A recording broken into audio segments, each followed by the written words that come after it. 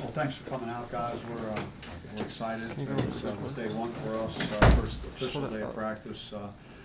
So the guys had a lot of juice to what they did today and how we played. We had good energy today, as you would expect from the first day. But we've had a pretty long summer, and I think it's been extremely helpful with 9 new players to do the foreign trip. That was a real positive. Got the extra practice time. So I think we're far ahead of where we normally would be at this time of year.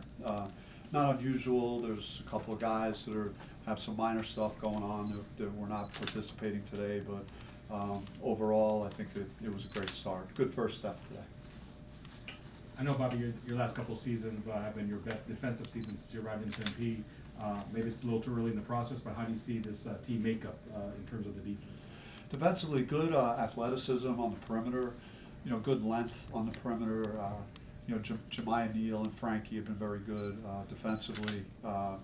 Malachi Davis, Braylon Green, Adam Miller is kind of a seasoned player. So we got some guys on the perimeter that could defend. And around the basket, Sean Phillips has been a real difference maker. He's 7 feet with a 7'5" wingspan, really goes after shots, plays with an edge to him. And then Alonzo Gaffney. So those two together have really good length and shot blocking ability. So I think the defense has pretty good potential, for us to be very active and create some turnovers. What's your sense of where you're at with the shooting ability, especially the newcomers that you had? Yeah, I think Adam has been very good in that area. He's a shot maker. He could, you could get him the ball a lot of ways, scoring off the dribble, coming off screens. Kamari Lands is a very good offensive player. He's got a good body, 6'7", and he's got some substance to him. He could, he could face up and shoot it, catch and shoot. He could put on the floor a little bit. Got some stuff back to the basket that I like. So I think he's a guy that potentially of the new players that could be a guy to put some points on the board. But yeah, Bryson Long is another guy that we brought in that could really shoot it and stretch the court. So Jemiah and Frankie have worked very hard on that, as Alonzo has. Coach, you mentioned Alonzo and Frankie and Jemiah, just with the transfer portal and everything, and some players leaving. Just what does it mean that those guys decided to stick around and be bought into what you've got going here? Yeah, those guys are the anchors of kind of what we're doing. They've been vocally, they've been excellent, on our workouts, just reinforcing, messaging, to the new players of how we operate, and they've been great. They've been great leaders for us on and off the court, and they've all taken steps. I think they know what playing winning basketball looks like, coming off the 23-win season, and I think they're hungry to want to do more. And this is the last season of the Pac-12, and we talked about that, and just what are we going to do this year? With this being the last year, how are we going to attack this season and make the most out of it? It's our last chance to win anything, in the Pac-12 for Arizona State basketball. I don't see any banners, in our arena. So hopefully that's. I think that's how the guys have been thinking. They've been kind of filing that away in the back of their minds. Hey, Coach, I know you mentioned obviously the trip this year, but with the way the transfer portal is bringing in new guys year after year, a trip like that is obviously big, but how does it help you in recruiting and even translate to their play on the court? Yeah, it was. The bonding stuff was great. The time the guys spent, you could see them off the court, just organically spending time together and laughing and having a good time. And so that part of it was excellent, particularly with so many new players. The games were great to get a glimpse of looking at different combinations, and we didn't have our full complement of players. Bryant had a visa issue. He's a Canadian, and Zane Meeks had a minor injury that he couldn't play. So we didn't even have really our full front court, but you saw a lot of potential with the team playing against a couple of pro teams over there. And you're not always sure what that competition is really like, and they're maybe throwing some guys together. But I thought. I saw that this team had speed and aggression and things that we look for when we're recruiting. So I kind of like the group from what we did over there. How do you assess the tenacity or the hunger of this group? I think they've been very solid. Like any team that I've had, we've had some days where we had to really get after them, and and teach them that certain days are unacceptable, that we can't have bad days on the court where we lose a day to our competition. I think, I brought up, Texas Southern and San Francisco as kind of examples when you show up and you're not ready to play, and how that can impact, your season. I think, what if I didn't have to go and play in Dayton? How good we might have been in the first round of the NCAA tournament instead of having to go that route. So the more positive days we could have, I think the better. And that's, I'm putting a lot of responsibility on Jemiah and Frankie and so as juniors and one senior to really emphasize that and have our guys like ready to play every day. Where have you seen Jemiah take off? Because obviously at the end of the year when he got more playing time, he just really took off. And is he still kind of on the same trajectory?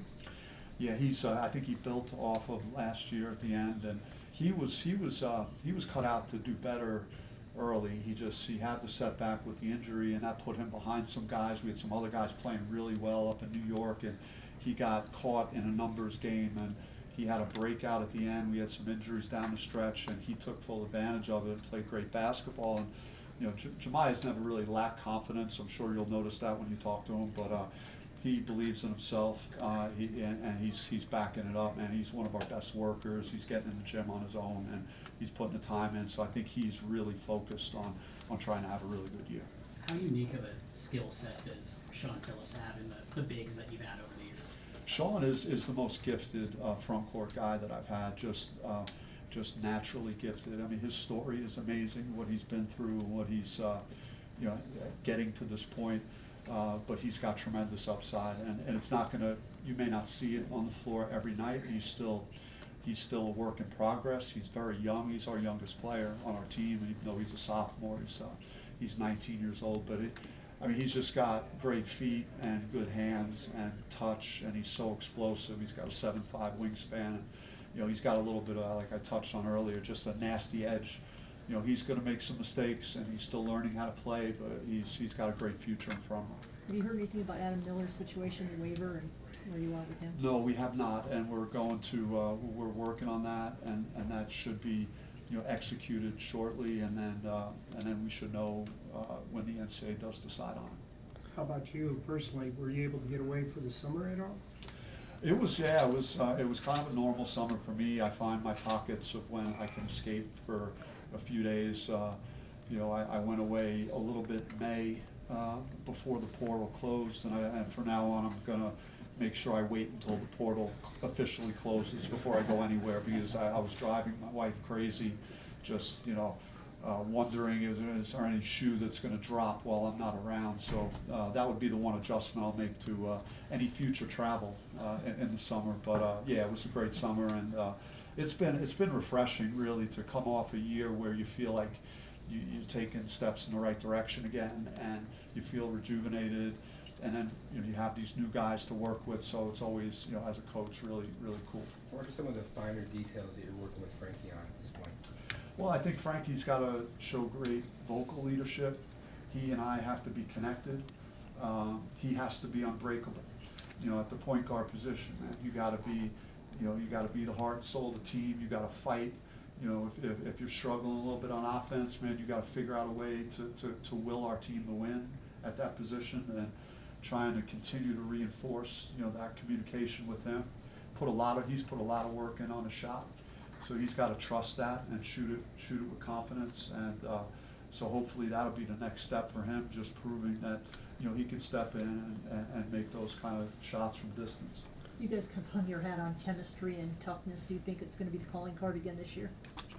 We're still figuring our identity out. I'm not even sure yet if we're better on offense or defense. We're going to be finding out over the next several weeks, and as we go to the scrimmaging segments. I like our balance. I think we got a number of guys that could really help us win. I like our potential on defense with our activity and our athleticism and length. So there are some positives on both offensively and defensively. Coach, comparing this year's team to last year's team, you guys once again have a lot of newcomers. So how would you say, like, at this point last year compared to now with the tournament last year and the summer trip, do you think that you're further along than you were at this point last year? Well, I think the foreign trip has closed the gap in that area. with the portal last year, we brought in a touch more of experienced players that were older, that had played a lot of games of college basketball. There are some of the guys we have great upside, like I touched on, Sean Phillips, Kamari Lands, junior college player Malachi Davis. The transfers we brought in, I think they have something to prove, particularly Kamari and Sean coming from, losing environments. Now they got to come in here and help us win basketball games. So they still, gonna have to prove that. But I do like our strategy in the portal and how we put together the roster right now. What was your favorite part of the Europe trip? I would say the end of it, Mykonos is one of my favorite places in the world. It's been to visit there, and we stayed at a beautiful resort, and there was no basketball, and the players, we all went to the beach, and they had a blast. It was one of the most beautiful places that I've been to, and so that was easily probably the best part of it. I know it's not on your mind right now probably, but you mentioned the last year of the Pac-12. Any thoughts about just moving to the Big 12 in the future and the juggernaut of the league that is? I mean, it gets you excited if you're a competitor. If you want to, play weak competition, and not to say that the Pac-12 is that, because I think top to bottom this year, it could be as good as it's been since COVID stopped the season years back. I think some of the lower tier teams have gotten considerably better, and you can change your fortunes quicker with the transfer portal now and NIL and things. So I think it's going to be a very competitive year. But yeah, I mean, there's some heavy lifting ahead of us, in the future, in terms of competing with those type of programs and the resources that they have and the brands that they are. I mean, you're talking about having, Baylor and Kansas and Arizona year in and year out, like 3 kind of top 10 teams that are in your league, and they were the Big 12 was outstanding last year for in terms of NCAA tournament, and having a chance to play TCU in the first 4 minutes. I started to see how big and athletic they were, and we kind of settled down in that game, and we were fine. But it's it's something in the back of our mind again that we're excited about. As an ACC guy dating back, just what do you make of Stanford and Cal going to the ACC? I mean, I'm happy for them, because a big part of me, we've had battles with all these programs, and you want to see them land in a solid ground in some way and make sure they're in a good competitive environment. Is we're at the end of the day, there is a fraternity with the coaches, and we compete against each other, but you don't want to see any of those places be at a serious disadvantage or in a bad situation. So I'm happy that they're in the ACC. With your staffing hires, what was your goal when hiring them, and do you feel like you filled that void, or do you think there's still a little bit more work to do on that end? Yeah, we're still working to get the entire staff here, and I like it. We bumped up Nick Irvin, and Nick has got great energy. He was, I don't want to say they're exactly the same, but I coached with Nate Oates at Buffalo. He was my assistant. He was a high school coach from Detroit that I brought in to help me with that program, and his career has taken off at Alabama. Nick was a longtime high school coach in Chicago, and I think he brings a lot to the table with how he coaches and supporting what myself and Coach Kimbrough are doing. Greg Lansing has been a head coach for a number of years at Indiana State, very experienced. As a special assistant, I think he'll do an outstanding job. And then, I brought in Mickey Mitchell, that is a former player, and Mickey was here last year, and he's moved up in his responsibilities. But he's a guy that's seen what good teams look like. Again, knows how the program operates at a high level, and is younger too. We got to keep making sure that we have young people in the program that could develop and grow as coaches, and also relate to our players. So I like the balance between experience and youth that we have on our coaching staff. Coach Hurley over here. You've had four 20 plus win seasons for your time here at Arizona State. How do you hope to do the same and maybe even improve for this year, as this year is the final year of the Pac-12? No, you're never satisfied, and you're never content with anything that you're doing. We had a great season last year. How do we take further steps and get better? And going to the NCAA tournament's great, and it's very difficult. I think last year I might have talked about all the blue chip programs that weren't even good enough to make it to the NCAA tournament. So, you have to take pride in that, but at the same time, you know, we want to try and compete for championships and win games in the NCAA tournament and do more, and that's so that's kind of the goal for us. Yeah, and you might have heard this plenty of times, but you know you've obviously had experience in the NCAA tournament as your time as a Blue Devil. What advice have you given your players for them to reach that goal and finally like bring the chip home to ASU? Well, I mean, it's the season matter. It's just staying in the moment and getting better every day, and you know, on the practice court, and then certainly, you know, you got to put together a resume. You know, I got my fingers crossed that the Pac-12 will be evaluated and rated as one of the better leagues, so that we get more representation in the NCAA tournament, and that we're a respected league this year. We got to, you know, all the programs got to do their part and hopefully win at some key non-conference games, and then just get to work in the league to compete, put together the best season we can. And if you do that, then, you know, when the ball goes up, wherever you're going to be in the NCAA tournament, you got a great opportunity in front of you, and you got to take advantage of it. How do you feel about this non-conference schedule and how you'll prepare you for conference play? I like it. I think it's challenging. I think we've put together some very good neutral site games. You know, 2 in Vegas versus BYU and either NC State or Vanderbilt, and we got TCU and Dallas on a neutral, which is again a rematch of our NCAA tournament game of last year. Between those two programs, we have Northwestern here on a neutral, and then starting the season, I don't know how many teams are starting any more difficult than we are. We're playing, you know, Mississippi State's one of the best defensive teams in the country in Chicago. So a lot of high-profile games, and then, you know, some solid games here at home. So I think it's got a good balance of what we were looking for. A couple more questions, then we'll bring the guys in. Last year there was a lot of close games, just a couple of issues of just closing it out.